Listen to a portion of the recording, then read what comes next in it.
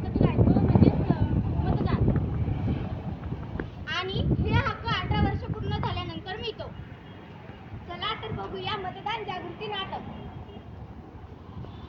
थांबा थांबा, कुठे चाललात? मतदान करायला. अरे जाऊ दे ना, मतदान सुट्टीच नाहीये.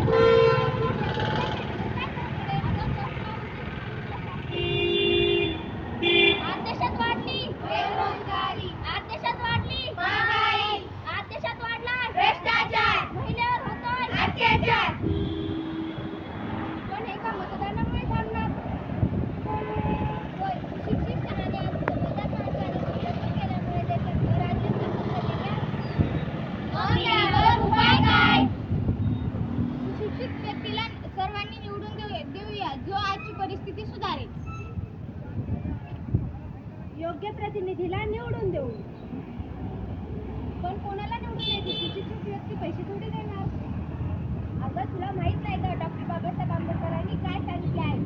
लढली नाही